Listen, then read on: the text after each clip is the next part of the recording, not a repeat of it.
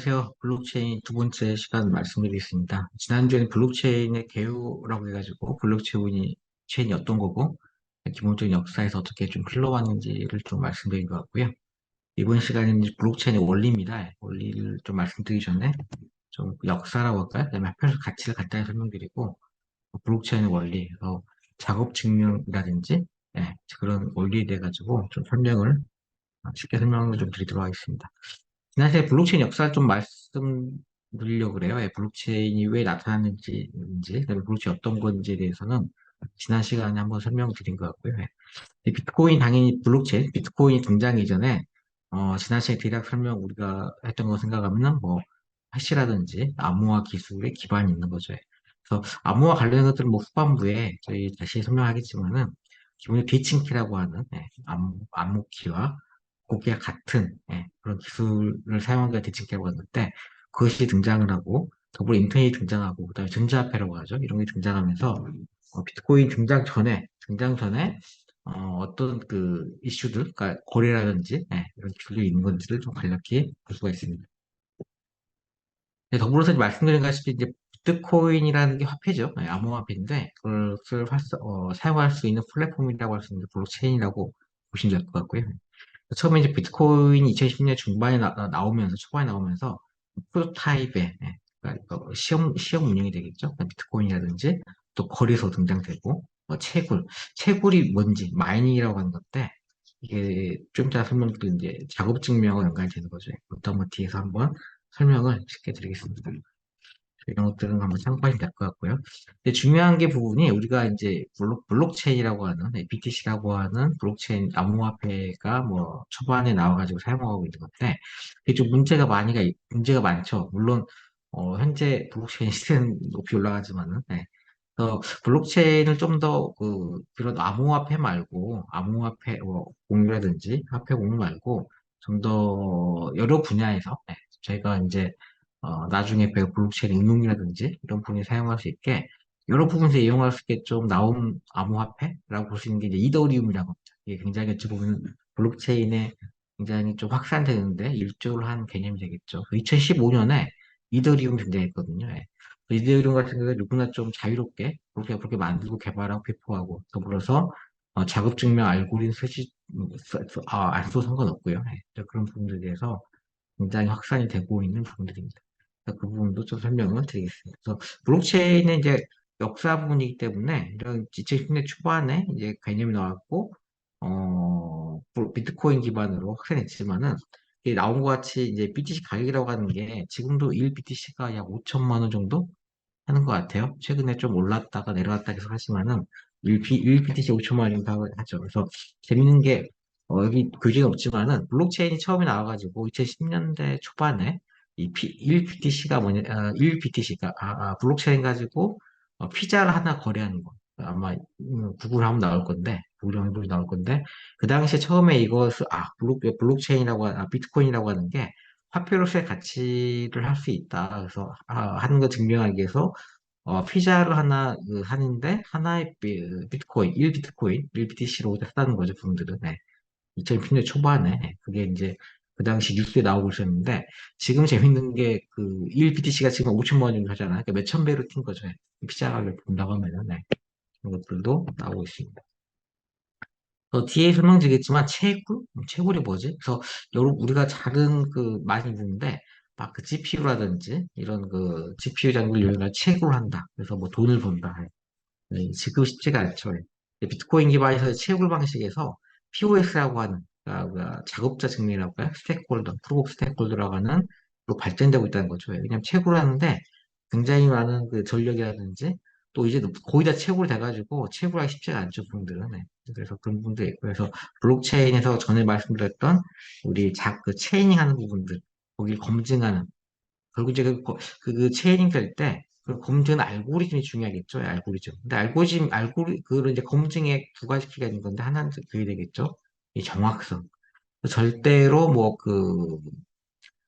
무결성이 깨지거나, 그러지 않아야 될 부분도 있는 거고, 두 번째 또 측면을 볼까요? 정확성이라든지 무결성 좋긴 하지만은, 시간이라든지, 경계성도 굉장히 중요하겠죠. 체이닝을 검증하는데, 어느 정도 시간이 걸리고, 어느 정도의 그 컴퓨팅 파워가 소요되는 것인지 또 중요하다는 좀 부분이 있습니다. 그래서 이걸 이 하나의 역사를 하나의 그래프로 그리면 될 것 같아요. 처음에 2001세대라고 할 수는 초반에 비트코인 개념이 나왔고 2세대 때는 말 그대로 비트코인 기반으로 해가지고 비트코인을 이용한 암호화폐가 이제 된 거고 다음 시간에 배울 스마트 계획이라든지 이런 것이 된 거고요. 최근에 이제 3세대라고 해가지고 합의 알고리즘이 굉장히 좀 라이트해지고 좀 더 그 경제성이 있고 그런 합의 알고리즘이 많이 바뀌고 있습니다. 그런 부분들에 대해서 또 한번 설명을 드리도록 하겠습니다. 또 한 가지 이제 우리가 블록체인을 말할 때 보면은 두 가지 형태가 있습니다. 우리가 클라우드도 그런 말 하죠. 퍼블릭 클라우드냐, 이런 거지. 퍼블릭 클라우드냐 또는 프라이빗인 것이냐. 우리가 클라우드를 볼 때 퍼블릭 클라우드는 뭔가요? 뭐 누구나 사용할 수가 있는 말 그대로 그러니까 구글 클라우드라든지 퍼블릭 클라우드고 프라이빗 클라우드는 뭘까요? 이게 100% 이제 인터넷에 공개된 게 아니라 뭐 LG라든지 그 회사 전용으로만 사용할 수 있게 또는 그 어떤 특정 멤버들만 사용할 수 있는 게 프라이빗이죠. 그분들은 마찬가지 블록체인에서도 퍼블릭 블록체인은 누구나 그 블록체인에 참여해가지고 내가 채굴 해가지고 내가 내 PC에 노드가 될 수가 있고 이게 퍼블릭 블록체인이고 프라이빗은 뭘까요? 그렇지 않다는 거죠. 누구나 들어오면은 문제가 올까요? 누구나 들어오면은 민주주의 관점에서 볼 때 더 투명하다는 장점이 있지만은 관리라든지 속도라든지 그런 문제가 있겠죠. 그래서 프라이빗 블록체인이 뭐냐면은 특정인만, 특정 노드, 승인된 노드만 그 블록체인을 이용할 수가 있는 건데 그 승인이라고 하는 첫 번째 우리 마치 회원 가입처럼 특정 자격이 증명된 사람만 그 블록체인에 들어와가지고 트랜잭션을 일으킬 수가 있는 그런 거라고 보시면 될 것 같습니다. 그래서 보면은 범용성 측면, 이거 참 좋은 그림 같은데요.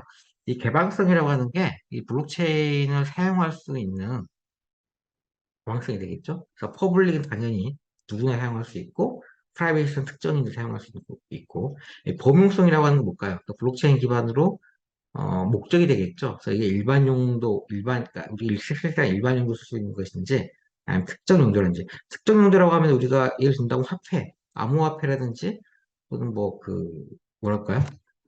지분 변동이나 이런 것들은 특정 용도가 되겠죠.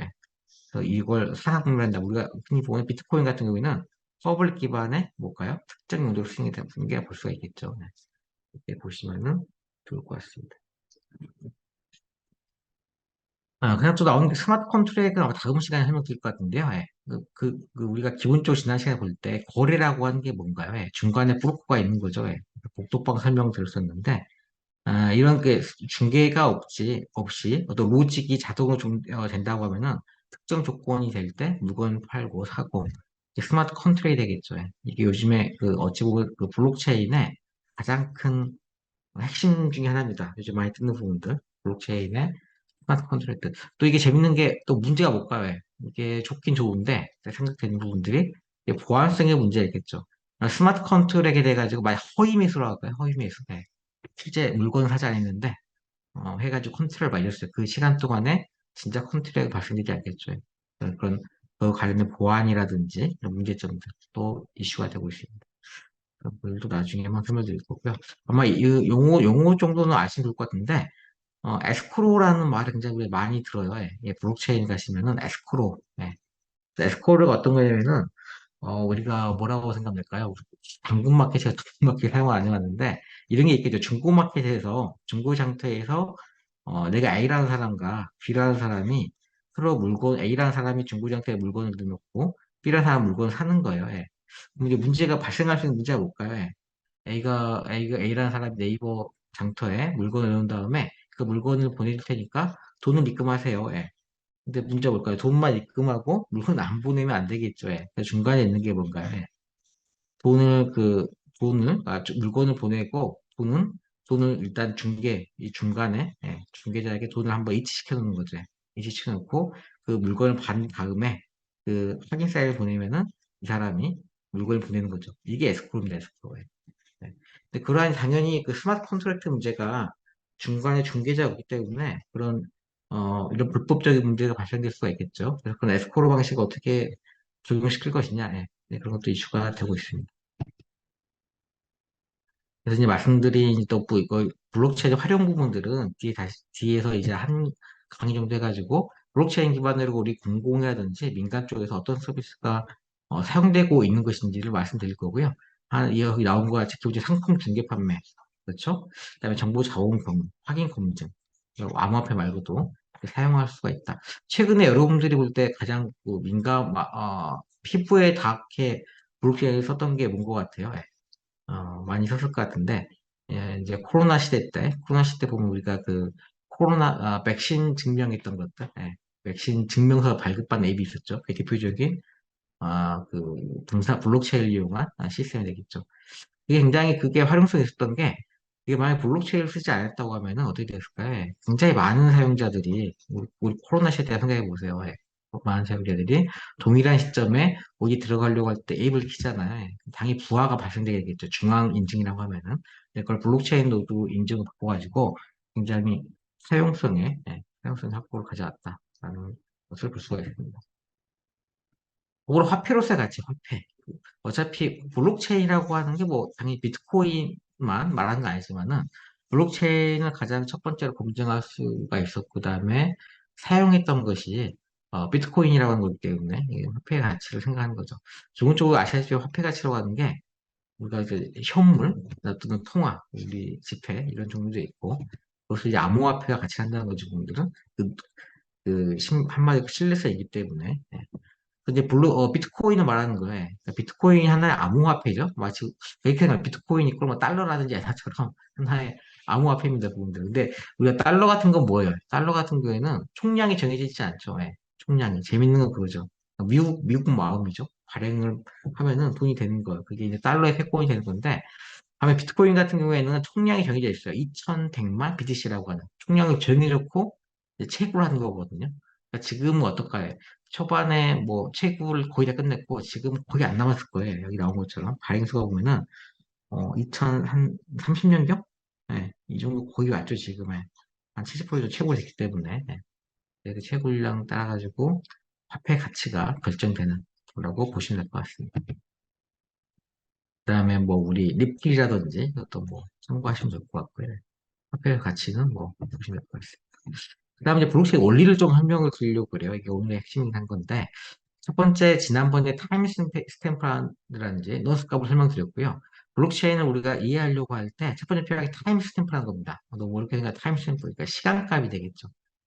우리가 뭐 당연한 건데 은행도 마찬가지고 거래라고 할 때 ABC가 거래할 때 중요한 게 뭘까요? 하나 지켜야 될 원칙 중 하나는 동일한 시간대야 되겠죠. 그러니까 시간대, 그러니까 이 사람은 이 세 개의 컴퓨터가 예를 들어 가지고 시간대 다 틀려요. 얘들 1초 늦고 2초 늦고 3초 늦고 그러면 안 되겠죠. 그래서 기본적으로 이 컴퓨터 시스템들은 우리가 네트워크 NTC라고 하는 네트워크 타임 싱크로나이즈션 하는 시각 동기화 그걸 써가지고 우리 컴퓨터 같은 경우에는 마이크로소프트 서버라든지 또는 대전의 우리 표준어 서버라든지 접속해가지고 한국 표준 시간들 예, 이걸 가지고 오죠. 네, 그런 부분인 건데 당연히 타임 스탬프가 기본이라는 겁니다. 우리가 거래할 때 그 트랜잭션 시간을 검증하려면 시간 기록을 변하지 않아야겠죠. 그래서 타임 스탬프를 이용을 해야 된다. 좀 그런 말이 있고요. 이 장은 당연히 타임 스탬프가 시각 공개가 안 된다든지 이렇게 된다고 하면은 문제가 발생되겠죠. 시간 흐름이 일치하지 않기 때문에 예, 그런 말을 하고 있습니다. 그러면은 기존에 우리 중앙 집중의 시스템, 그러니까 블록체인은 우리가 이제 분산되어 있는 거고, 근데 그걸 약간 다른 용어로 하면 P2P라고 하죠. 예. 또는 메스라고 하죠. 예. 노드들이 분산되어 있고, 그러니까 쉽게 분산 컴퓨터죠. 분산 컴퓨터. 예. 디스트리트 컴퓨터 환경이고, 중앙 집중은 뭘까요? 예. 우리가 지금 은행이라든지 이런 게 중앙 집중이 되겠죠. 중앙에 인증 시스템이 하나 있고, 예. 또는 이 중앙에 인증 시스템 같은 큰 서버가 있고, 우리 사용자들은 붙어가지고 거기서 증명하는 거죠. 이게 중앙 집중형 시스템 같은 경우에는 이게 타임 동기화가 어찌 보면 쉬웠죠. 왜냐하면 중앙 서버가 있기 때문에 이런 이제 거래자들은 중앙 서버에 물어보면 되잖아요. 지금 몇 시야, 몇 시야, 몇 시야. 예를 들어서 그 시간 가져가기 때문에 시간 동기화가 그다지 물론 중앙 시스템만 잘 맞추면은 크게 문제가 없었다라고 하는 겁니다. 하지만 이제 우리가 블록체인은 중앙 집중 시스템이 아니잖아요. 예, 예. 노드가 지난 시간에 본 것처럼 체인돼서 되기 때문에 실제 관리자가 없는 거죠. 예, 중앙 집중화 시스템 저 중간에 대장이 한 명 있어가지고 하는 게 아니라 서로가 체인되어 있는 거잖아요. 그러니까 관리자가 없는 시스템이기 때문에 그 시간에서는 이게 내 시간 타임스탬프가 맞다 또는 연결돼 있다는 것을 동기화하기 쉽지 않겠죠, 분들은. 네. 그래서 이 기록을 어떻게 할 것이냐. 이거 당연히 체이닝 돼 있으니까, 지난 시간에 배운 것처럼 해시 알고리즘으로 이전 노드의 해시 값들, 그다음에 내 스파디의 해시 값들을 검증하는 그런 식으로 문제를 해결하고 있습니다. 근데 그 말이 바로 이제 해시 체인 타임 스탬프예요. 그러니까 내 시간이 옳다라고 볼 수는 없지만은 내 이전 노드가 체인이 돼 있잖아요. 그걸 기반으로 나의 시간 타임 스텝을 거는 거죠. 그렇기 때문에 이게 나오는 개념이 뭐냐면은 절대 시각. 이게 우리가 말하는 시간 절대 시각이잖아요. 현재 뭐 미국 동부 시간이라든지 한국 시간으로 몇 시, 몇 분, 몇 초. 그게 절대 시간인 건데 블록체인은 그렇게 볼 수는 없겠죠. 분들은. 네. 서로 체인돼 있으니까. 그래서 뭐냐면 이것은 상대 시각이라는 거죠. 네. 내 이전 노드, 내 이전 노드, 네. 또 현재 노드. 네. 그걸 기반으로 시간을 흐름을 정의하는 겁니다. 네. 그 말이 현재 아래 나오는 부분들이 논리 타임스 스탬프 기반의 송금 모델들, 그다음에 우리 아까 해시할 때 4256이라고 하는 해시 알고리즘 쓰는 건데 그걸 기반으로 입력값들이 있잖아요. 여기 잘 나오고 A, B, C가 있다고 할 때 해시 함수가 나오면은 거기다 해시 값들이 나오게 되겠죠. 기본적으로 당연히 나온 게 출력값을 우리가 보고 이 출력값들만 보고 해시 값을 당연히 추측 불가하죠. 왜? 그게 해시 역상식이라는 건데 해시 함수의 특성이 되겠죠. 나무 함수에 대해서는 뒤에 다시 한번 뒤에 그 암호화 기초 세개 특강에서 좀 더 쉽게 설명을 줄 예정입니다. 그래서 그 해시체인의 타임스페이스 있는 거죠. 그러니까 우리가 기본적으로 유닉스라든지 뭐 윈도우즈 그러니까 절대 시간이 되겠죠. 거기서 보면은 타임스탬프는 뭐가 될 것 같아요. 그래서 X0, X1, X3 예, 타임스탬프 찍으면은 절대 시각이 나오겠죠. 절대 시간 나오고 1, 2, 3초가 되는 거고 이 해시체인, 블록체인은 뭘 것 같아요? 상대적이기 때문에 타임스탬프가 뭐 이렇게 절대 시간이 뜨는 게 아니라 이런 노드 순위라고 할까요? 상대적인 순위가 나오는 이렇게 시체인이 확장되는 부분이라고 보시면 될 것 같습니다. 그래서 나오는 게 이제 해시체인들이 결국은 해시체인이 확장될 거 아니야. 체인이 되고 확장될 때 거기다 타임 스탬프, 현재 내가 가진 시간대라든지 이게 체인이 되겠죠. 이제 그걸 볼 때 이걸 검증하는 게 마치 우리가 알고 있는 트리노드, 이진 트리노드를 연결시키는 거죠. 그에 따른 타임 스탬프를 검증하는 알고리즘이라고 보시면 될 것 같습니다.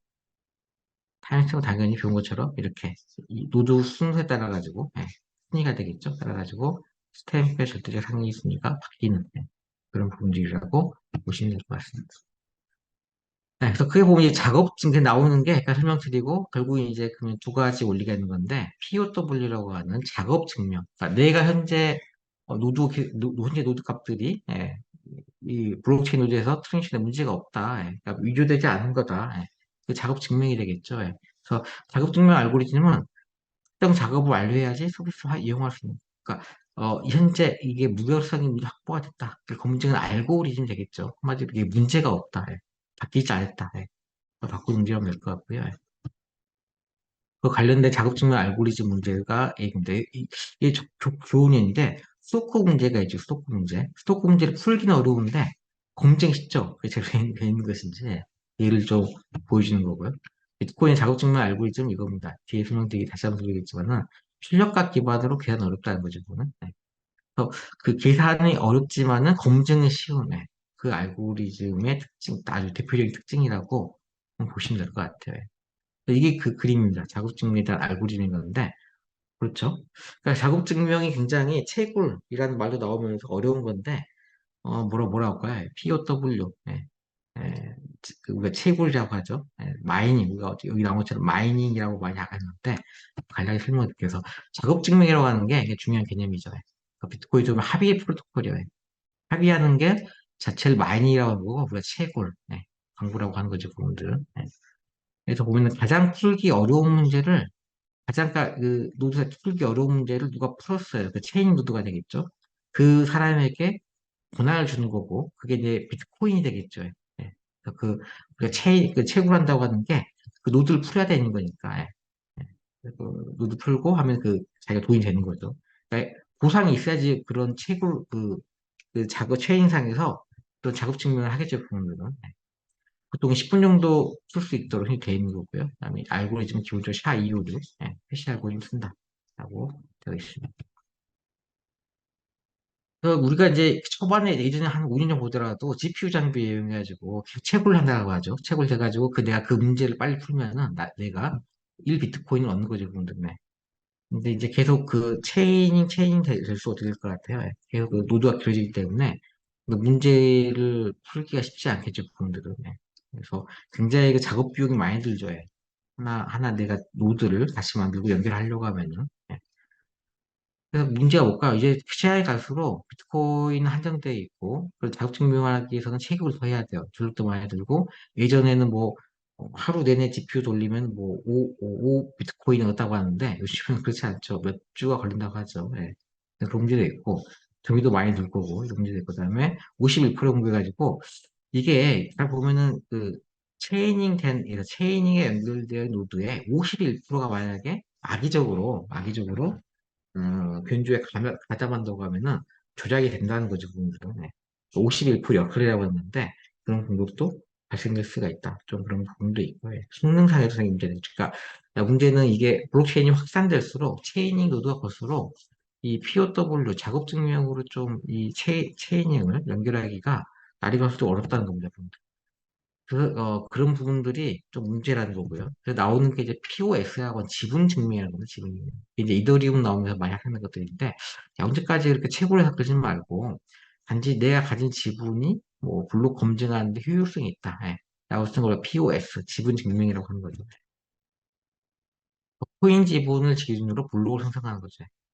그러니까 그게 뭐냐면은, 그러니까 우리가 스테이크홀더라고 하는 게, 그렇죠. 이해관계자 되는 건데, 그 스테이크홀더가 뭘까요? 예.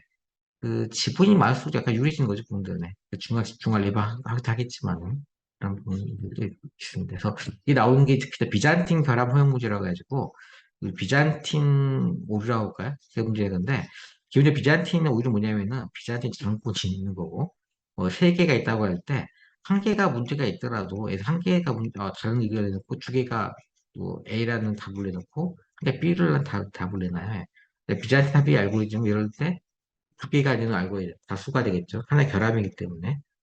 그걸 기반으로 이게 정답을 하는 건데, 이 작업 증명 알고리즘도 그런 좀 문제가 있습니다. 이게 그 여러 개의 값이 있는 건데, 그 중에 다수의 값을 택하는 거죠. 다수의 값을. 다수의 값을 채택하는 게, 속도라든지 시간의 어떤 효용성이 있겠지만은, 그게 100% 맞다라고도 볼 수는 없겠죠, 분들은. 네.